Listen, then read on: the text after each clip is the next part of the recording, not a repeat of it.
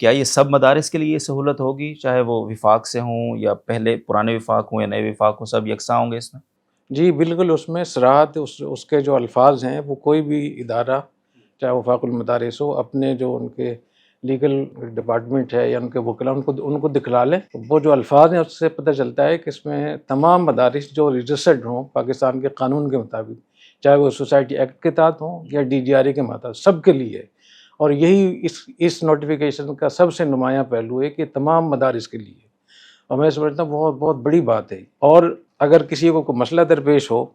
اس پہ عمل کرانے کے حوالے سے، تو اب اپنے جو ان کے لیگل جو ان کے لوگ ہوتے ہیں ان سے اس مسئلے کو دیکھ لیں، اور اگر وہ سمجھیں کہ ہم سے مشورہ لینا چاہیں، ہماری جو لیگل ٹیم ہے